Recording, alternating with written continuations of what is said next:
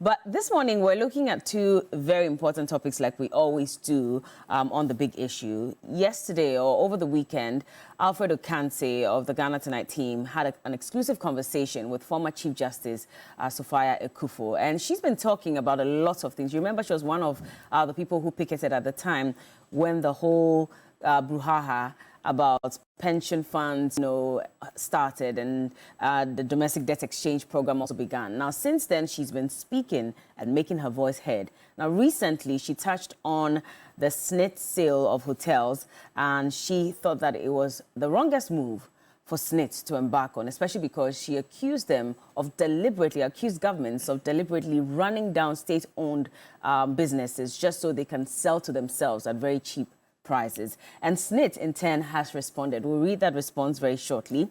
And then after that, we'll also go on to Kweku Kwarteng, former Deputy Minister of Finance. He also served as the chairman of the Finance Committee in Parliament until recently when there was another reshuffle. Now, he also penned an article where he said that Ghana's economy is being run like a Ponzi scheme. In fact, he says that we are at a disastrous point, and if we don't do anything about our situation, we just might fall flat as a nation. Is he bitter about this? He says, no, he's not bitter because he's been taken out of office, because in actual fact, there was an opportunity for him to even take up a position as Minister of State in charge of finance in the country. And so he's not bitter, he's just speaking the truth. Joining us to have this conversation, we have in the studio Osman Ayarga. He's the Deputy National Youth Organizer for the NDC. Good morning. Good morning. How are you doing? I'm good. I saw you yesterday, I'm seeing you today as well. Forgotten country. Forgotten country, yeah. Anyway, good to see you in the studio. Good to see you. And, well, I haven't seen her in how many years? But, well, I get to meet her on the show. She returned recently. I watched her about 2 weeks ago, and here she is again on the show. Susan Edwa-Mankwa is a member for the Alliance for Revolutionary Change. Good morning. Good morning. How are you doing? Very well. You look very beautiful this morning. Thank you. I'm loving the fabric. No ambush today. Oh, no. I don't ambush, actually. I'm actually a very nice person. I'm really nice. And also joining us later via Zoom, we'll have Professor Godfred Bokpin. He's an economist, and he'll join us when we have that conversation about what Honorable Kweku Kwarteng said concerning how we're running Ghana's economy. But let's take you back now to the SSNIT conversation. For those of you who missed out on that exclusive conversation that Alfred Okanse had with the former Chief Justice, take a listen and take a look at what she said exactly, and then we'll come back and read SSNIT's response to her. I've run down the hotels, and just like in the public sector, a lot of public properties have been run down just so that the values will be run down, and always at the end of some cycle or the other, they do sweetheart deals and do distributions among themselves. SSNIT can say I've defamed them. I don't care. So this is the former Chief Justice. In fact, she was Chief Justice from the onset of Nana Akufo-Addo's government up until 2019 or so. And so if she's speaking about how there's a deliberate attempt by some officials to run down state-owned properties so that they can get into some sweetheart deals and share it amongst themselves, she's speaking from, now she's not in there, but from within government at one point in time. Does it mean that she's privy to information that many of us may not be privy to, which is why she boldly says this? Because she says that even if SSNIT cites her for defamation, she really doesn't care. She's only speaking her truth. But SSNIT has responded in a statement. They released this yesterday, and it reads that SSNIT's response to Ms. Sophia Ekufo's comments on sale of hotels. So I'm just going to run through exactly what they said. It's just about 2 pages, and so bear with me as I go through this. So it says here, and I'll start off by saying, okay, so the attention of management of Social Security and National Insurance Trust, SSNIT, has been drawn to comments made by the former Chief Justice Sophia Ekufo on TV3's Ghana Tonight program on Thursday, the 25th of July, 2024. The management of SSNIT wishes to respond as follows. And it says, 1, that the former Chief Justice claimed that the SSNIT hotels were run down deliberately in order to devalue the assets and distribute them amongst themselves is a serious accusation and rather unfortunate. We wish to emphasize that the allegations of deliberate mismanagement of SSNIT hotels are false and undermines integrity and confidence in the pension scheme. Allegations of this nature without substantiated evidence create unnecessary tension among stakeholders and potentially detracts the public from the constructive dialogue needed to address genuine issues. Contrary to the allegations, SSNIT put in various measures over the years to improve the performance of its hotel investments before deciding to sell parts of its shares to a strategic investor. SSNIT restructured the ownership of the hotels, brought in private hotel management companies, made changes in management and the board where necessary, provided financial support, including the funding of maintenance and capital expenditure to make the hotels more competitive. And we have previously noted, although we've seen some improvements in the performance of the hotels, that this has been far below what we require to finance growth and capital expenditure. Returns have been low or negative, and most of them have been making persistent losses and not paying dividends. Hence, the steps to bring in a strategic investor, which we have now terminated. And so this is their response. They go on to say that the decision to divest was aimed at enhancing the performance of SSNIT, etc., etc. And so we wish to assure pensioners, contributors, and the public of our commitment to managing the assets of the trust in a manner that will ensure the long-term sustainability of the scheme. So this is their response to Madame Sophia Kufu. And I'm going to start off with you, Susan. I mean, woman to woman, looking at what the former Chief Justice said, was this the right time to speak on an issue like this? Looking at, SSNIT coming out to indicate that what she said was in bad taste. Well, I mean, as you said, she was speaking her truth. And she went on to talk about conflict of interest. The whole deal was so fishy. It was just so bad and sleazy, It was wrong. I know that Honorable Okudzeto talks about some illegal things that were done, but even on the surface of it, without anything being legal, it was unethical. There was so much conflict of interest, you understand? And when you are a public person, you have to be above board in certain things. You don't have to be about, without blemish. It doesn't have to be the sin itself. Even the appearance of the sin is wrong. And conflict of interest is about potential, the potential conflict of interest. So it's not about even having an actual one, but the potential. And so you have public persons going out to buy state's property. It's just is not right. You get it. Okay. So let's even just put that nothing illegal was done. And so we're giving them the benefit of the doubt in terms of that. The whole deal was wrong. And she, being who she is, if she may have a certain knowledge, in that she may be speaking from that knowledge and from that background, that they do run these things down and then buy and sell it to themselves. Why would you, if you are in public office and you can offer help in terms of managerial skills to do something and make it better for the good of us, because it's our collective property, why don't you put those skills to use? Or why don't you offer that those skills? But instead, you want to buy it as a private person, and then you can manage it. You can't manage it as a government official, but you can manage it as a private person. It's so wrong. We put people in trust of our collective property, not to run it down and sell it to themselves. And this is not the first time it's happening. It's been happening all across. You understand?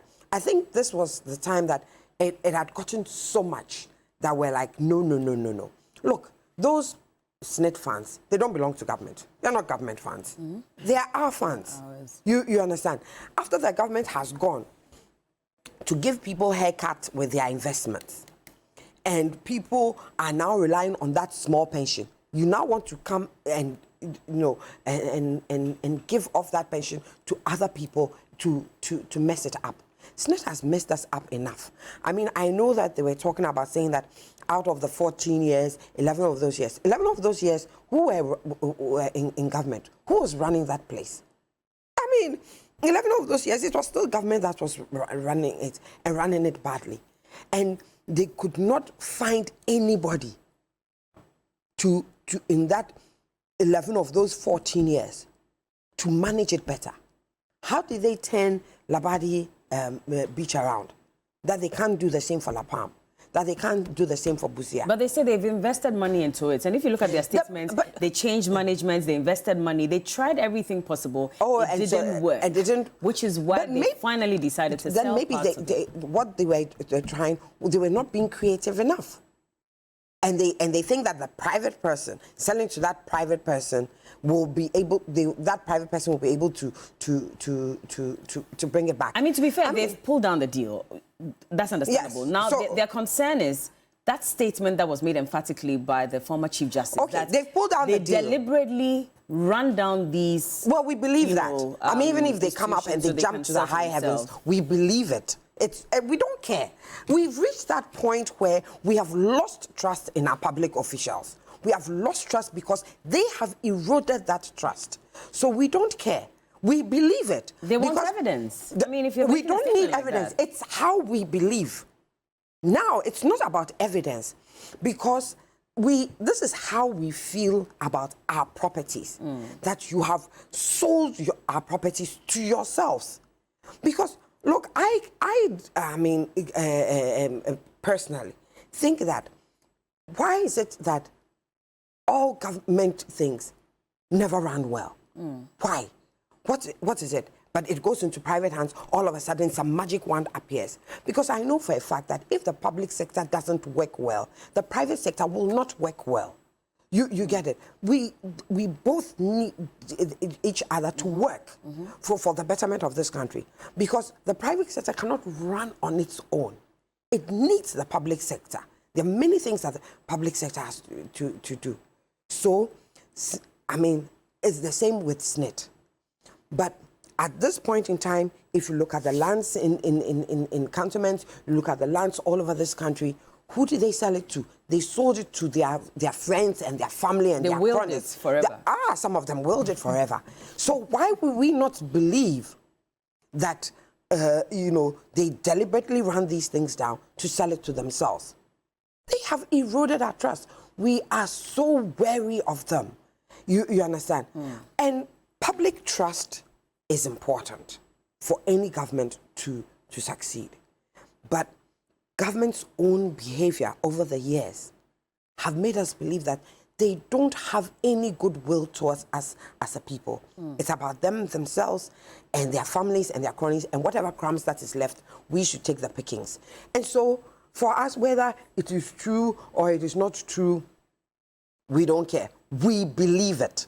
I mean, look, if you... It doesn't do more damage. When you say whether it's true or it's not true, we still believe it. I mean, they're saying that... It is our truth. If you don't have any substantiated evidence to indicate that we are deliberately running down these institutions, you cannot make such a statement. We have moved from there. You understand? We are living our truth. Our truth now is that we see that public institutions are not run properly. And when they are not run properly, those who are not running them properly now sell it to their friends and their family. And it has gone on for so long, we are of the belief that it is deliberately done. Okay. We don't need any other proof of nitty-gritty. When there's such a situation where a public official, running his private whatever, now begins to show interest in our collective property, you wonder why. Yeah. What is it that he's seeing that those SSNIT officials they don't see, that those officials they cannot do to make sure that he didn't go there as a charity. You understand? To take it off their hands and say, I'm doing charity. He went there as a businessman. You get it? He and whether we like it or not, the position in which he finds himself influences people to do certain things. That's why we talk about a conflict of interest. It doesn't have to be the legal thing. By virtue of the fact that he finds himself in that position, makes it wrong. That's enough. All right. You understand? So it has nothing to do with proof and whether we believe it. All right. Well, good morning to those of you who are watching us on Facebook as well. I see a number of you already commenting. Gertrude Edu, good morning to you. Our teacher, Constitution, we are Moasi. Good morning. Nelson Yesuto. Good morning. You're already saying good morning to the whole team. There's money, need money. Enyona Mansa, Prince Kofi, Prince Henry Koforidi, Pearl, Flapui, Imelda Nassar, Lucy Ava, John Bosco Akotia. Good morning to all of you. And I'll be reading your messages shortly. Let me also just officially say welcome to Professor Godfred Bopin, who has just joined us. He's an economist. Good morning, sir, and thank you for joining us. Yes, good morning. All right, I'll come to you shortly. Good morning to our church listeners. Thank you. I'll come to you shortly. Okay. But Osman, so there's a question that's been asked, and I was also of the same thought, that why is the CJ now talking? I mean, she's been speaking about lots of things quite recently after she's been out of office. Why now? Yes, good morning to you and good morning to my sister and good morning to our cherished viewers. Even before I go into the issue of the statement from the former CJ, I just want to congratulate all NDC members who made it possible to the Tamale campaign launch at the Jubilee Park. I mean, that was an epic event. I mean, monumental, massive, huge. And it sends good signals out there to the rank and file of the NDC that we are ready and poised for action to campaign and to capture power come December 7th, 2024. Thank you to all of them. Now to our former Chief Justice. I am extremely happy that she has found her voice, considering the current mess that we find ourselves in as a country. Remember, this is not the first time she has spoken after she retired as CJ. Yeah. I remember she joined the picketing at the Finance Ministry, where she made her voice known that she cannot just sit back and watch old people her age who needed to be paying for their medication, who needed to be well treated or treated well, after they have served this country and after they have saved their monies with the government. So I was extremely excited when she started that advocacy. And now I've heard her speak on the SSNIT sweetheart deal, or the purported SSNIT sweetheart deal, which now has been halted. Due to the nature of their job or her job when she was in active service, sometimes it makes it very difficult for you to comment on some social issues or sometimes political issues, because you just do not know which of those issues may or might be brought before you to adjudicate on them. So if you're not careful and you take a position on some social issue, then once it's brought before you, it makes it very difficult for you to be able to adjudicate on such matters. So I think as judges, even in active service, you realize that they try to live a very private life, not to comment on too many issues, especially political, social, etc., etc. So it's part of the training of their job, because you just do not know which of the issues will come to you. I watched her interview and I tried to analyze it and also analyze the response coming from SSNIT. And if you watch her interview clearly, she spoke about the fact that you should analyze it from the ordinary man's perspective. And she spoke about the ordinary man in the Latebi or Koshi Trotro, what they used to say in law school. But I remember during our time, we used to say the ordinary bystander from Medina to Accra. So from Medina station to Accra, what does the ordinary man think? What does the ordinary man see? How does he perceive it? What is his understanding of the issue? What is his understanding of the deal? Then you ask yourself very basic questions. That's, were the hotels run down? And the basic or the simple answer is yes. Whether it was intentional or unintentional, they come out to tell us that the hotels have been run down. 2, was there an attempted sale? The answer is positive. Yes, there was an attempted sale to a government official. And once again, I am of the opinion, it's my personal principle, that government officials should not be in the business of purchasing government properties, government assets, government companies, irrespective of which political party is in power. That is my principal position, and that is my personal position. Previous governments may have done that. I see people sometimes try to equate both political parties. Oh, during the NDC's time, some assets were sold. It's my position that I do not believe that as a government official or as a public official, you should be engaged in trying to purchase government properties, especially land, companies that are perceived to have been run down. Otherwise, of course, as she says, there's the possibility or the tendency of government running down every state's assets so as to be able to purchase it. Because if the company is not making profit and government is unable to run it, why do you, a private person, why are you interested in purchasing it? Meaning that there's an asset in there, or there's a potential in there that ordinarily is being intentionally run down. And that is the perception by the ordinary man. And that is what the former Chief Justice was trying but this perception is what SSNIT is saying will create unnecessary tension among stakeholders. Now, I'm coming to that. Now, SSNIT believes that of all the citizens in this country, including yourself, myself, labor unions, who believed that this transaction was a conflict of interest transaction, that is the ordinary man thinking. So everybody was wrong in their thought except for SSNIT. And that is impossible. It is the ordinary man out there whose contribution SSNIT thinks that we need to do this to this contribution, or we need to diversify their contributions. The ordinary man who is contributing his quota to SSNIT tells you that I do not believe that this transaction is prudent.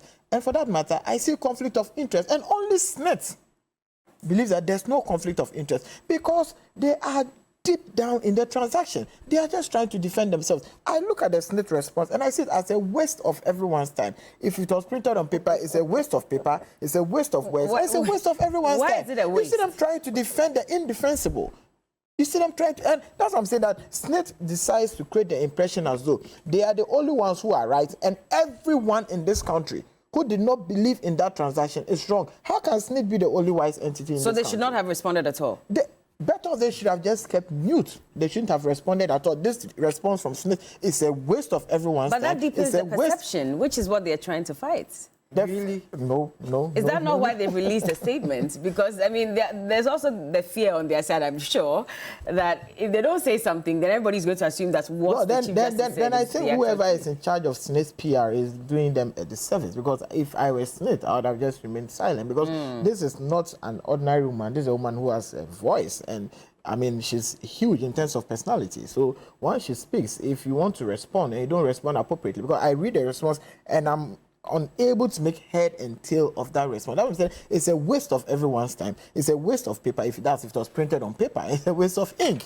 Now, you would ask yourself once again, could there have been an alternative to you actually attempting to sell the hotels? And the answer is yes. As my sister said, you could have tried the Labadi Beach model. You didn't try that model. You can't just tell us that you try injecting some funds, you try injecting capital, and because of that you want to sell it, etc., etc. And as you said, the person who is buying is not a Father Christmas. He doesn't run an NGO. He's a businessman. And since when did it sound that if government is running an agency or government is running a company, it's unable to make profit, but once it gets into the hands of private individuals, it all of a sudden makes a 360 turn and it starts making profit? Ordinarily, what then you will see, or what the ordinary man will believe, is that government will run down every state enterprise so as it can be privatized for private individuals or government officials to sell or buy those companies. So I side with the former Chief Justice that these sweetheart deals, whether the sweetheart deals were cooked in the living room, in the bedroom, in the kitchen, or outside, they are sweetheart deals, and they should not be encouraged in any form or structure within the governance system. I mean, if you look at even the transaction advisor's report on the sale agreement, you'd realize, and I'll just read what Sem Capital had wrote, that assuming that SSNIT even accepts a 2-year plan with semi-annual payments and an interest rate of 2.5%, the periodic payments that would be required of Rock City would be $7.8 million. That's 109.7 million Ghana cedis. Rock City Hotels financials cannot support this transaction. And they showed a table of how much the total revenues of Rock City Hotel between 2024 and a projection up until 2028. And in total, they're saying that by 2028, Rock City is even going to make 101.364 million Ghana cedis. That's not enough to even pay for the hotels that were being sold. And so clearly, the transaction advisor had advised SSNIT not to even go ahead with it. Now we're glad that they've halted the sale, but this was only after there was a protest by labor unions and by the entire government. But let me come to you, Professor Bokpin, because again, beyond the fact that they didn't even have the money, now SSNIT is also fighting back that statement that's been made by the former Chief Justice. And I mean, if you listen to my other panelists, they don't think that there was even a need for a response from SSNIT at all. Where do you stand on this? I think that probably as far as availability of data is concerned, and especially under the Fourth Republic, the way we have managed state institutions clearly undermines public confidence in our state institutions, in the ability of managers of the general economy, public institutions. I mean, it's all over the place. So clearly, I want to believe that the former Chief Justice, being a lawyer, certainly will be able to provide evidence to that extent. But if you look at the financials of SSNIT, not only SSNIT, a number of state institutions, not to even talk about Bank of Ghana the last 3.5 years or so, and all of that, really, it doesn't consolidate confidence in our state institutions, and therefore you see the mistrust between citizens, the public, and then state institutions. And I think that it fits into that generally. The idea is that with poor governance, we see that the democratic dividend doesn't trickle down to the ordinary Ghanaian. We see the abuse and all of that day in, day out. I mean, it just gets worse from one government to the other. I mean, if you were examined in the run-up to 2016 election, I mean, public sentiment about the government then was negative. Okay, and if you look at the election results of 2016, you could see clearly that Ghanaians were not happy. But they were hoping that things would improve with the new regime, but you can see where we are now. So there's very little trust. There's very little trust in state institutions right now and the people that we have put in place to manage that. It's not only from even central government. And in this particular case, you also want to look at the composition of SSNIT board. And then you want to find out whether TUC has also examined itself clearly and its role on the board of SSNIT. The general membership of TUC should be interested in how their representatives, workers, their representatives on SSNIT board, how they have been accountable to them, and the rest of them. I think they should be interested, because the point is that this is not the first time that SSNIT is selling its assets. Yeah. This is not the first time. Yeah. A couple of years ago, I think much more than that, actually, SSNIT used to own Trust Bank. I don't know if you remember. And Trust Bank was doing well. At the time, SSNIT decided to sell Trust Bank to EcoBank Transnational. Trust Bank was doing well. But SSNIT decided to sell Trust Bank. It created a whole lot of issues. I believe that didn't generate a lot of public discussion, because the strategic investor then wasn't a government or a politically exposed person, and all of that. So this is not the first time. And then also, if you look at the assets of SSNIT over the years, the investment that they have made. Look, I did some work in 2022 on SSNIT, and it amazes me the level of, should I say, incompetence, the general attitude towards running down state institutions. Implicitly, probably having at the back of our mind that in the worst case scenario, the state will come in, the taxpayer will come in, and all of. I mean, it's pervasive. It's not just SSNIT. In fact, you can even see it across even public investors. You can see it across quasi-state institutions all over. All over. Our mentality about managing state assets and the rest of them is not the one to manage with the next generation in mind. It's more of, we look at it more from a selfish point of view. And it's not just with this one. And I want to believe that on this particular case, my considered view is that TUC woke up too late. They probably woke up like around midday when work started at 6 a.m. I'm saying they woke up too late because, look, we've had one too many of these kind of issues in this country. Yeah. One too many. And I believe that I've heard that someone is sponsoring private members' bill or something on the Yes. sale of state and the rest of. I think that I want to say we are not there yet. Do you know what I would propose? What would you propose? There should be, first and foremost, a comprehensive inquiry into state capture under the Fourth Republic. Let's understand the channels. Let's see from state lands and all of. Let's have a proper documentation here in the channel, the manifestations, and all of that. Let's then engage the public comprehensively, so that whatever bill we are sending to Parliament, we are clear that is born out of the diagnosis of the issues. It captures all the channels of manifestation and all. Let's do that. But Prof, I mean, you're saying let's do it. But the question is, the same people who are supposed to initiate this are the ones who have been accused of, state capture, of running down these institutions. What makes you think that they would want to even put together a committee or a commission of inquiry let me tell you something. to look into this? Leadership responds to incentive.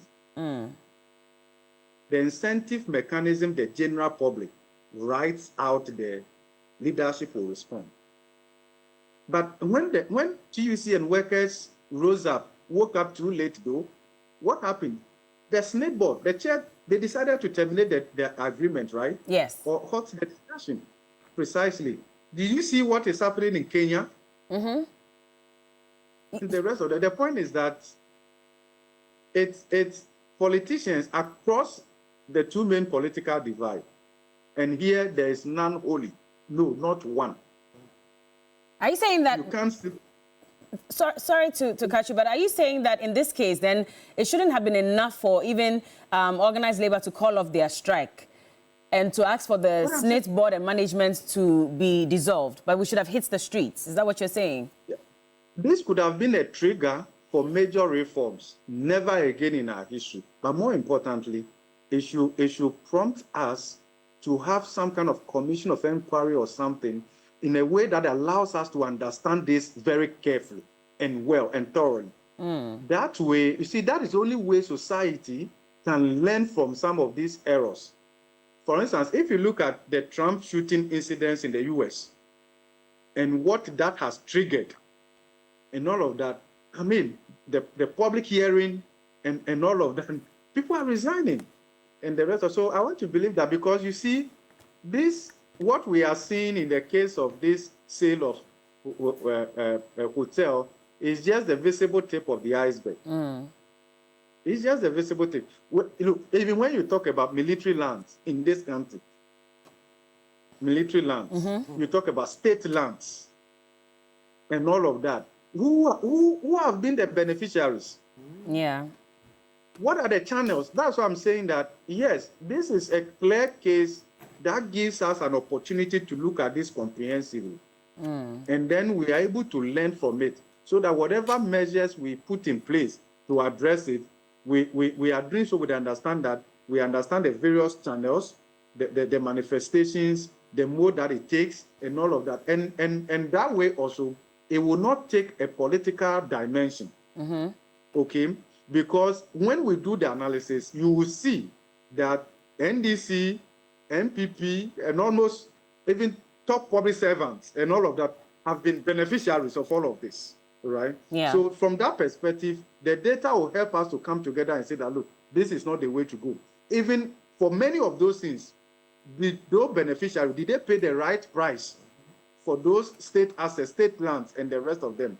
Okay, so we need to do that, because if we don't do that, right now, it appears that that is the shortest way and the most viable way to make it in life now. So join politics. Okay. Join politics. Okay. Look, and let me tell you something. Many of those people who are around the flag bearer of the NDC today are just waiting for them to come to power and offload their lifestyle to the taxpayer. So you don't even think that successfully unemployed. Many of them are successfully unemployed without being in power, without living off the state largesse and the rest of them. These people cannot sustain their lifestyle. They cannot. So that means that even for flag bearers who are hoping to become president, you're saying that they cannot even turn things around like they're promising Look, because I'm of the telling you, people that's what I'm around saying. them. Look, sometimes a leader may mean well, but the people you have surrounded yourselves with really are in not for the common good. That is why it's important that whilst they are in opposition and they are looking for power, they should be reminded. Because you see, the discussion was quite different in the run-up to 2016 election. Yeah. We all thought Nana was the hope of our democracy. And in fact, Nana's era, this current government probably represents the greatest miscarriage in our democratic journey. Given the goodwill the president had in 2016 and the ultimate outcome. Look, that is not the only thing. Do you know what is happening? If you examine since 1993, the abuse of taxpayers' money, that's one level. Yeah. Abuse of state property.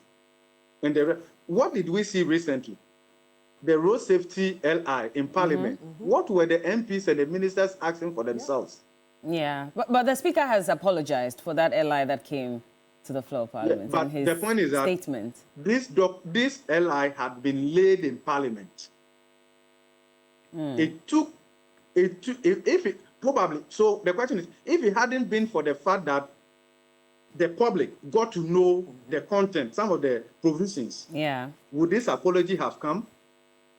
That's why I'm saying that the contest is right now to demand for reforms. Not long ago, Parliament was thinking of a new chamber. It took some Ghanaians who said, drop the chamber. Yeah. So that's why I'm saying that a lot of these things, we have allowed it. And I'm hoping that TUC will sustain this. Okay. Because where we have gotten to right now, the abuse of tax revenue is no longer enough. That's why we are doing debt restructuring. A time will come, debt restructuring will not be enough.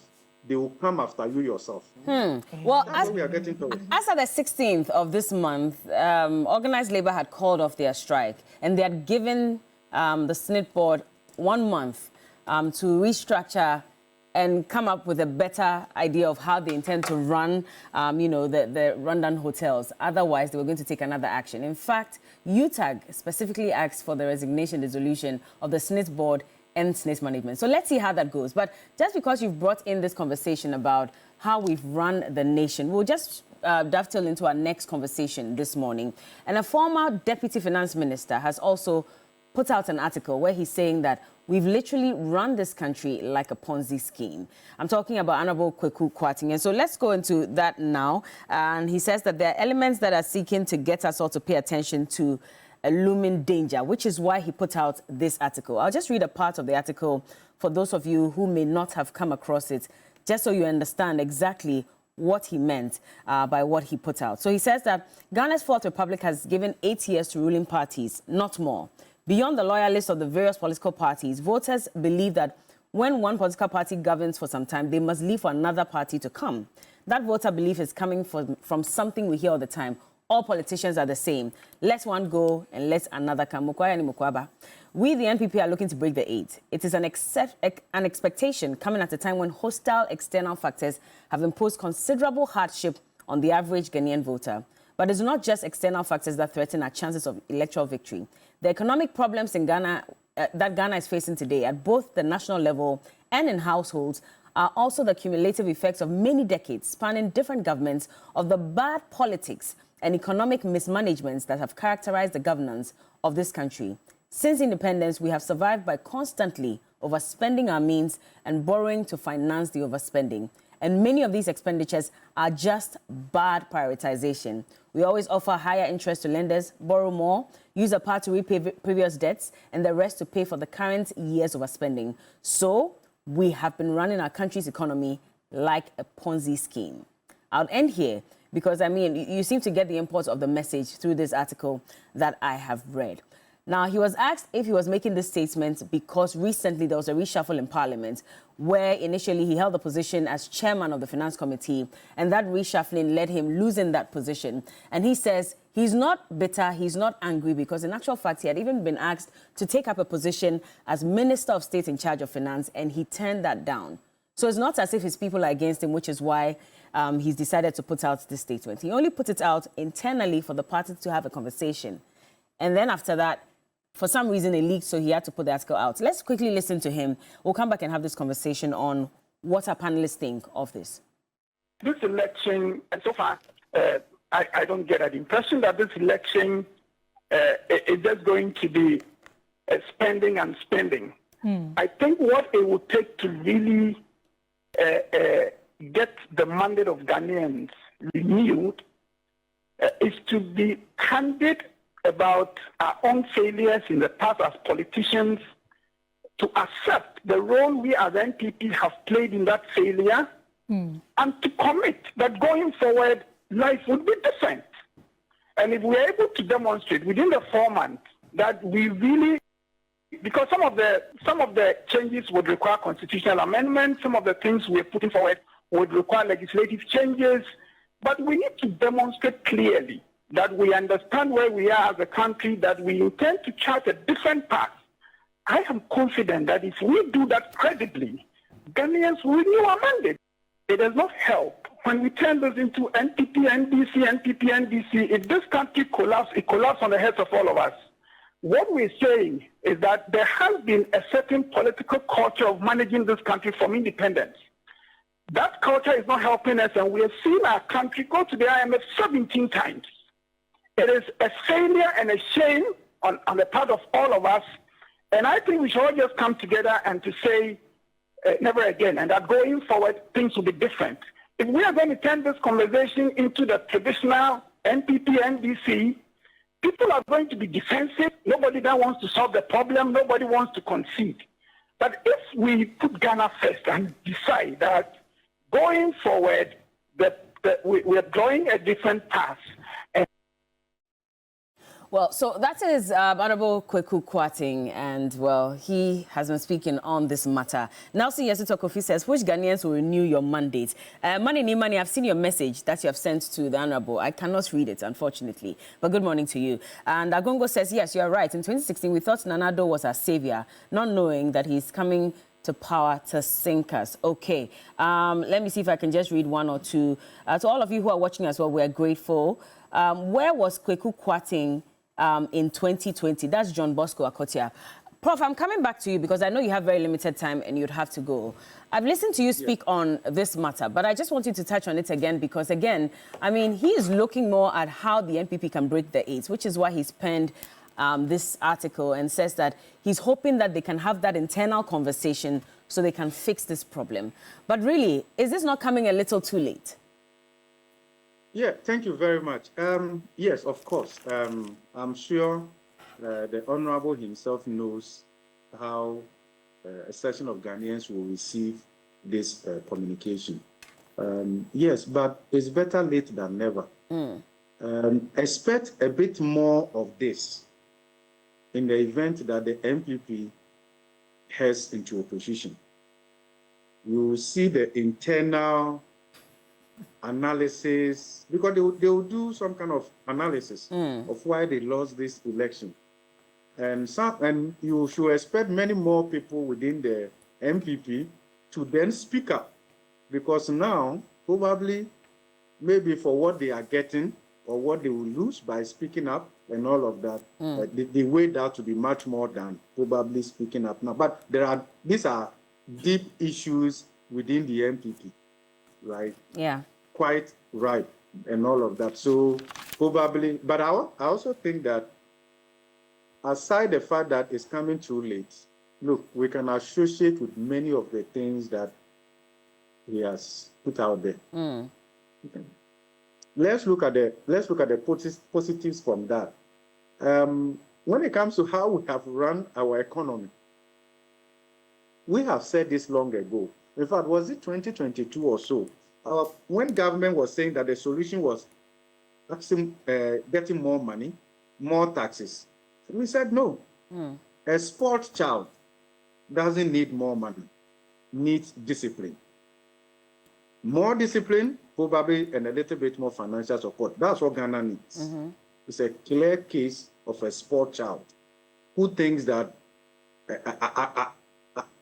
I don't owe anybody the responsibility of amending my lifestyle. Just give me money to fund it, and I'll be fine, and everybody will be fine. Certainly not. If you look at the specifics and what the Honorable was talking about, across the two main political parties who have had a chance to govern Ghana under the Fourth Republic, again, there is none holy. No, not one. We can see marginality. It only gets worse from one administration to the other.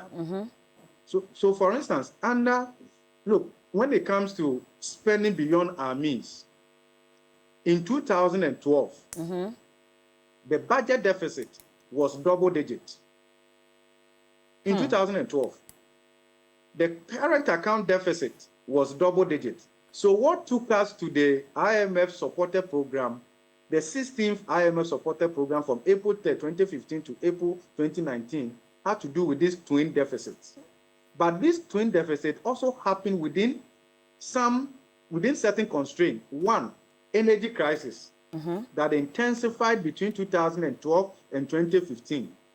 Then there were also external development in terms of world oil price and the rest of them. So, look, so that deficit, the country could not recover from it in 2013. We could not recover from it in 2014. Ultimately, it took us to the IMF. Then again, so we went through that IMF program, had some kind of respite to somewhere April 2019, when the IMF left, we decided to come home and be ourselves, only for this current government to make it worse. But in principle, let me say that, because I teach finance. Okay. In principle, there is nothing wrong with borrowing. Governments all over the world, they borrow. Once you run a budget deficit, the deficit will be financed through borrowing. There is a way that borrowing becomes good debt that you can celebrate, or bad debt that causes resentment. What are these two ways? Yeah, so for instance, if you borrow and you invest it productively in enhancing the cash flow generation capacity of your business or the economy, debt becomes a good one. It will enhance the cash flow generation capacity of the economy. The economy would expand. Look, when it comes to borrowing, Japan, their debt to GDP ratio is more than 100%. US is more than 100%. Check that of China. Check that of UK. But let me tell you, you will not go to Japan today and remember them for their debt. You see the infrastructure. You see social services and all of that. You will not remember them for their debt. But the point is that we have taken so much, and there's little to justify how we have utilized them. I'll give you two examples here. When it comes to our external debt, we look at them in two ways. We have what we call external bilateral, owed to member countries like China, UK, Germany. Then we have external commercial. As at December 2022, our total external debt was $30.5 billion. The external bilateral component was around $5.1 billion or $5.4 billion. Currently, we are talking about $5.1 billion. Okay. Great. The Chinese component of that, right? Yeah. Is around $1.9 billion. But do you know the interesting thing? What is it? When it comes to the Chinese debt, there are underlying assets. Verifiable, because the Chinese took a decision that they will not just do budgetary support. They will lend based on infrastructure. You present bankable proposal, what you use the money for, and then do you know how they do it? And they themselves would probably appoint a contractor and all of that to come and do the work. Okay? We used to have something like that in the time past. But then look at where Ghana had the leverage to decide how borrowed funds will be used. And here I'm talking about Eurobonds. You know our total Eurobonds in terms of borrowing from the international capital market, December 2022, $14.6 billion. And currently, we are talking about what we have restructured, working up to $13.1 billion. Let me ask you and ask our government, not only this government, including the NDC government, what did they use these borrowed funds for? What asset did we create? How prudent were we in spending these funds? If you look at it across the two main political parties, and here I'm saying there's none holy, we need to look at it objectively so that a good way to do it is not to say that, look, this flag bearer is holy, and therefore let's vote for him. No, there's none holy. Let's give them the data as it is. I will be happy for a flag bearer to say that, look, we admit our errors. We have been there before. All the two main political parties that probably have the chance of governing this country from 2025 have had a chance under the Fourth Republic. We know their errors. We know what they have done. Let them admit. Let them show repentance. Let them demonstrate to us how they have learned from their past, how the data has convicted them, and how resolved they are. And I want to believe that that is where Honorable Kweku Kwarteng is coming from. And you don't think that, for example, the former President John Dramani Mahama has admitted, because he's saying constantly that, you know, which is why we voted him out, and he's learned from the mistakes he's made, which is why he's asking that we give him another chance. So he takes over and corrects. That's not enough. Let me tell you something. That is, our current president, if we are talking about anyone for incompetence, then it should be our current president, because he's been around for so long. You're saying what? He should be sued for incompetence? Is that what you're saying? I missed that. He has no excuse for these results. You know, that is why 4 years ago we were not speaking like this. 5 years ago we were more sympathetic towards government. I hope you understand that. Yeah. In 2017, with the goodwill the president had, and running to 2018, and of course, they roll out good policies. Free senior high school. Look, there were good people in this country who thought that it was impossible for the government to start free senior high school. They did it. It had challenges, but that is what leadership is all about. You don't need to check all the box before you start something. All right. Okay. But how did they learn from it? And how did they incorporate suggestions in making it a good? And if you look at planting for food, and these were socially desirable interventions that were inefficiently implemented.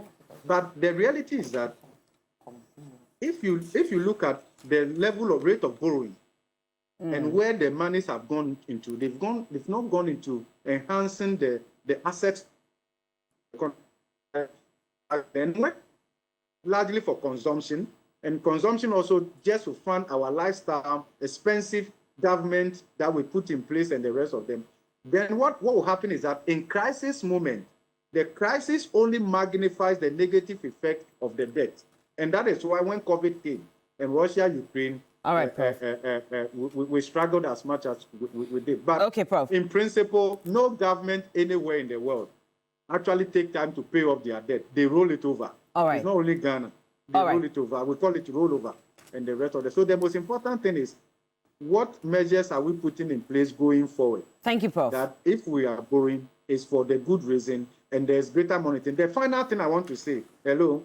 Prof, you have 10 seconds. I have to move on to my the final thing I want to say, across the two main political parties, even the little money we allocate to investment, that goes through procurement, across the two main political parties, actually from 2012 to 2021, approximately 80% of all big-ticket government procurement transactions did not go through competitive tendering.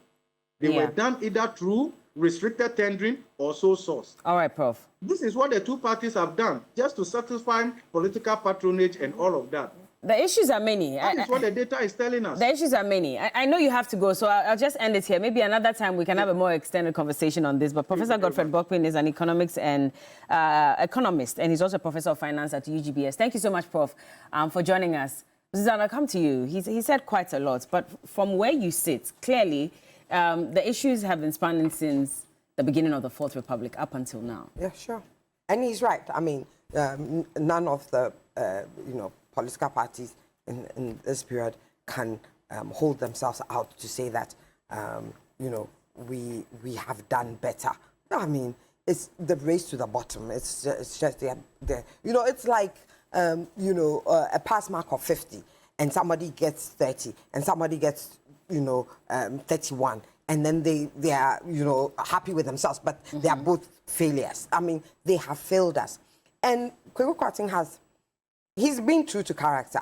I mean, if you've known him over the period, he's not fanatical MPP who will justify everything MPP does and things like that. That hasn't been his character. He's been quite a moderate voice. Sometimes, yes, as much as he tries, he's unable to defend the indefensible. You know. So for me, this statement that he put out there is no surprise. This is how he has been, and I guess like most things, he doesn't have the shackles anymore, so he's able to speak freely, and he and you see, as he has said there, it's advice to the parties, but. Yeah. The parties won't listen. So the important thing is, set the two parties aside and go for an independent candidate. Yes, because some of the corruption and the things that we see are inherent in political parties. In political parties themselves, and I have been in a political party before, so I know what I'm speaking about. Inherent in the governance of political parties is corruption. And so when they move into power, it just magnifies it and makes it worse. It's not as if it's going to change overnight.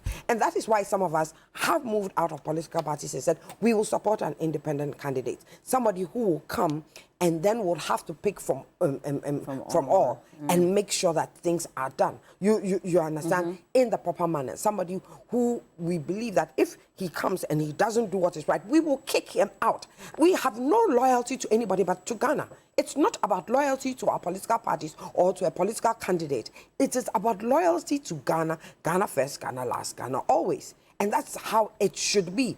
We are having an era where people have more loyalty to their political parties than to the country that gave them birth. They see themselves as MPP, NDC, even before they see themselves as Ghanaians. And that is sad. You understand? Because there are many of us out there who do not want any coloration whatsoever and say, this is our country. It's red, gold, green. It's not blue, white, and whatever other colors. You understand? So he has said certain things which really, really are true. Because, look, we are losing confidence in democracy. And if we continue to erode the confidence that we have in democracy, there's no gainsaying where we will go. We have seen it over the last period where Niger has fallen, Mali has gone. Those who have succeeded have succeeded. Those who have tried, Guinea have tried, and things like that. Why is it that those things have succeeded? Because people have lost confidence in democracy. It is not paying the dividends that they expected to see in their lives. What they see is that the rich who are in certain, or the political elite are getting richer and they're getting poorer. Look, we have no middle class to speak of. I always take myself as an example. I'm supposed to be middle class. Touch wood. If I happen to have some kidney, whatever, I looked at it, I said, I can barely afford to go to the hospital 3 times a week at the prices that you do, and I'm middle class. This government has virtually wiped out the middle class. We are so close to tipping over the edge to poverty. It's amazing. You understand?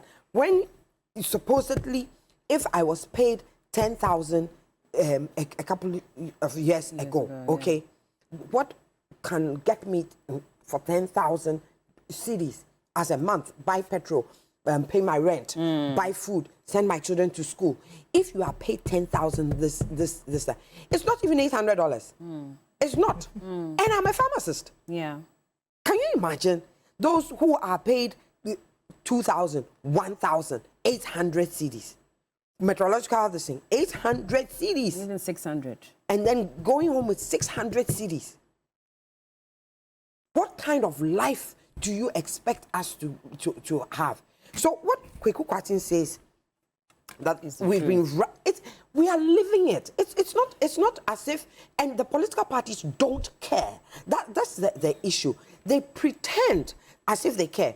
Look, this government is talking about keeping within spending. I have to look at the budget because keeping within spending. Yesterday, was it yesterday or this week, a letter comes out. They are going to give financial clearing to 15,200 nurses and midwives. Was that in the budget? No. Why have these nurses and midwives been hanging outside and going on demonstrations and all of a sudden 4 months to elections? I mean, it's you know, and they think we are fools. They think that, no, they think so little. They insist it's got nothing to do with oh, please. Timing, the elections. Look, we played a video of the PRO today. Timing over the PRO. Look, you see, I don't know the PRO, whether it's the PROs for the civil servants. They are also part of the downfall of this country, if we want to talk about it. Civil servants. Because civil servants in a certain PRO, he goes to his minister and the minister says, okay, this and this, and he asks the minister, instead of challenging the minister and putting out, he asks, how high should I jump? You know, and the wrong thing. Look, I mean, the top public officials, the very, very top public officials, sometimes you don't want to talk about it, but it has to be talked about. The very top public officials, some of the corruption that we see in the ministries and things, it comes out of them. They collude with the politicians, knowing that the politicians, they are by day people, you know. But politician, he comes, he's there, he's gone. So somebody who knows the system would have to help him in the thievery that goes on. And who is it that is doing? We have to, as a country, look at the corruption that is there. There is a corruption that arises out of need, and there's a corruption out of greed.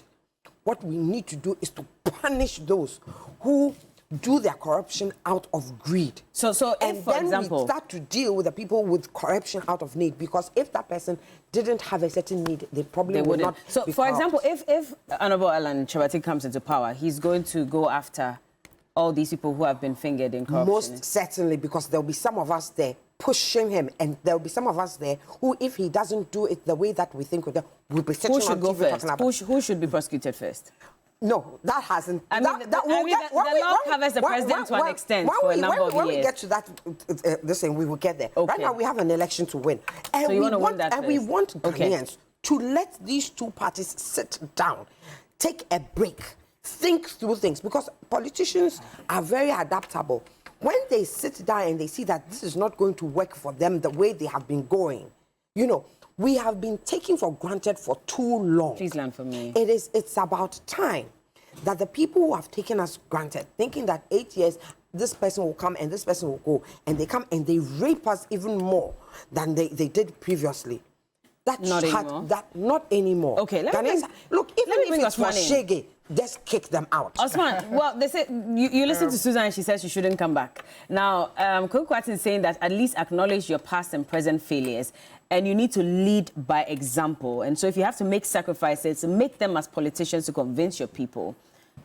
This is clearly speaking to not only the MPP, but to the NDC as well. You've heard Professor Bobkin. Yes, Bella, I would want to react to a few things Professor Bobkin said, and I wish he were here so that he could also react to whatever I would say. I find it very difficult or disappointing when you see neutrals trying to paint all politicians, NDC, NPP with the same brush. We are not the same, and we cannot be the same. An MPP person is different from an NDC person, and I'll tell you why. He spoke about the fact that MPP has borrowed so much with very little to show. Compared to the borrowing of the MPP and the borrowing of the NDC, we have borrowed little, but with so much to show. If not for anything at all, we have the Ghana Gas Atwabo Gas Company. But for this gas company, would have been spending $300 million every year just for the purchase of gas. That is a visionary project by a visionary leader. But for T3, the Airport Terminal 3, which is also bringing in money into the country because it's now a well-working company. Tema Port expansion. These are projects to show that are contributing to the GDP of this country. Kumasi Shoe Factory. these are projects that the NDC embarked on with a little borrowing that we embarked on, just to show. So let us not try to paint the NDC and the NPP with the same brush. But the you went to the IMF, which is what he was saying. Yes, that and he did tell me that also they were also based on external your management shocks. or maybe mismanagement that led us to the IMF. Yes, if you listen to him, he spoke about the fact that we had energy crisis and we also had external shocks. The external shocks had to do with the drop in prices of crude and also in the drop in the prices of gold at the time, if you remember quite very well. And for the issue of energy crisis, it wasn't the fault of the NDC. At the time of John Ejekumko for somewhere 2008, when they were hit by energy crisis, he should have put in structures at the time to purchase some power badges or even add up to the generation capacity. But what did they do? They went to pray in Akosombo. They went to look for pastors in other areas in so many places to go and pray in Akosombo. But you also had 8 years after that. Yes, when we had 8 years after that, don't forget that we increased our power generation capacity from 2,500 megawatts to 5,000. And today, we are enjoying uninterrupted power supply because of most of those power badges. But for those power badges, what would NAPO have moved from? When did those power badges come in? Those power badges purchase started during the time of the NDC. When John exactly? Mahama. Was it not from towards the end of the 2013, tenure? Okay. 2014, 2015? Yes. Well, but you see, when you talk about the issue of energy and power generation, it's not so easy to procure. Unlike maybe you're going to buy a car. No. When it comes to power generation, there are so many things you need to put in place. It takes time to procure. It takes time to even install. And it takes time to generate. Osman, so yes. So now there's some truth to it. Kweku Kwarteng. That's why Kweku is saying that at least admits the past and present failures. Now let me come to Kweku Kwarteng and the hypocrisy in Kweku Kwarteng. That's just 5 minutes so we can. Yes, let me come to Kweku Kwarteng and Kweku Kwarteng's hypocrisy. Now, you put out a piece talking about how you want to break the 8. Then you want to sound nationalistic in you trying to break the 8. It is a political piece directed at your party. So he should stay there and think of how they are going to break the 8. He said this was supposed to be internal. Yes. And then I have a problem. He put it out. I have a problem. And that's why I'm pointing out the hypocrisy. That this, let us not let it look like it is a nationalistic piece trying to say that we all have been in the wrong direction. The NPP has always been in the wrong direction from day one that we started advising them. Kweku Kwarteng, when he was being interviewed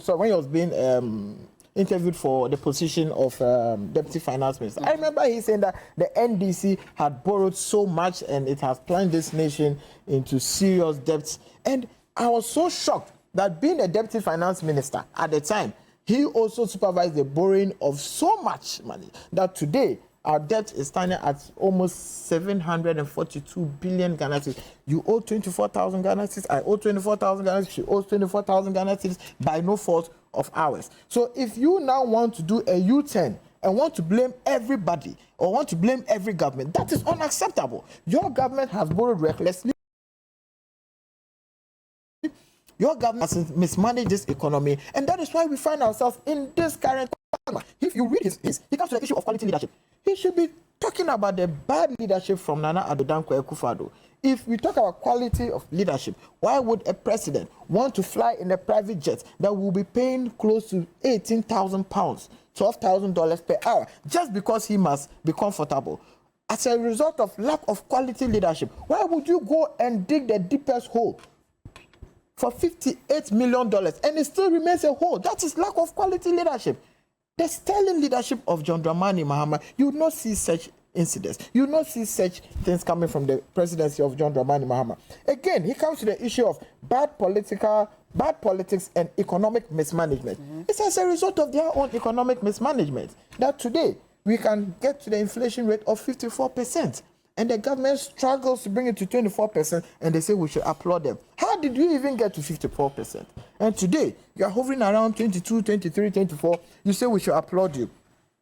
Every day we want to question the government. They say it's either COVID or Russia, Ukraine. Is it in the statement? Yes, they say it's COVID or Russia, Ukraine. No bomb was landed in Ghana. But today, even Ukraine, their inflation rate is 5%. Growth rate is 5%. They are recovering. So you cannot still want to blame it on Russia, Ukraine, or COVID. The next thing he also spoke about is that we should lead by example.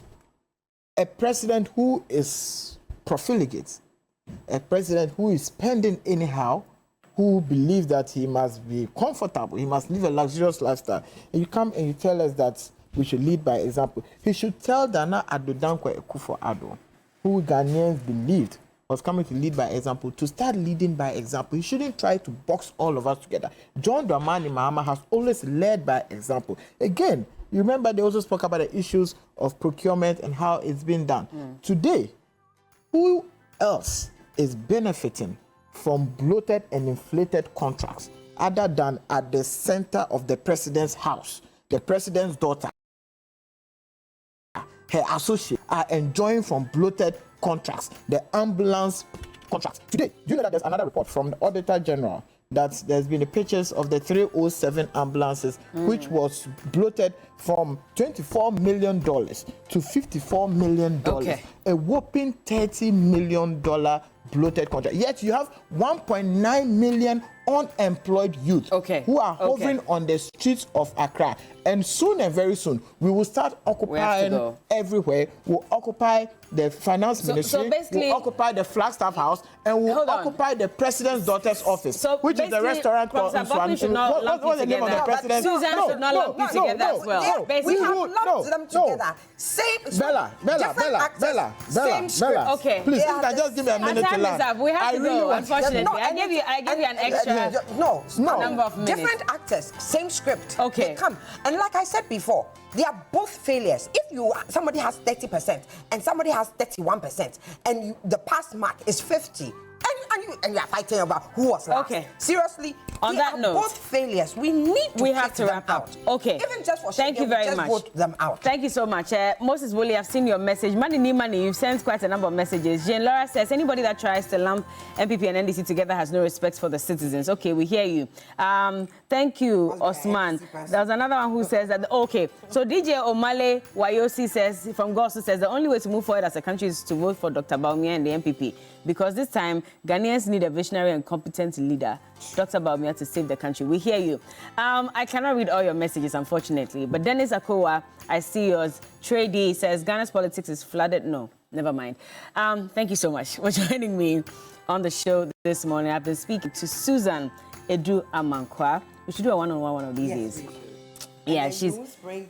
Oh, no, I won't. No, I won't. I promise. She's a member for the Alliance for Revolutionary Change. And we actually have a female conversation on the show. Maybe we should get you on so we can talk about, your move to this movement. Osman Ayariga is a Deputy National Youth Organizer for the NDC, and Professor Godfred Bokwin is an economist. We spoke to him via Zoom. Roland Walker is coming your way this morning from the Central Region. So today, we're focusing on the Efutu constituency, and he's going to be at Winneba Main Station. And so if you are within those environments, please make your way to Winneba Main Station now so your voice can be heard. We have sports, we have entertainment and more. Don't go anywhere. This is TV3 New Day. And remember to play Cash Out. 3 of you will win 1,000 Ghana cedis. Just dial *439# and select option 2. We'll be right back.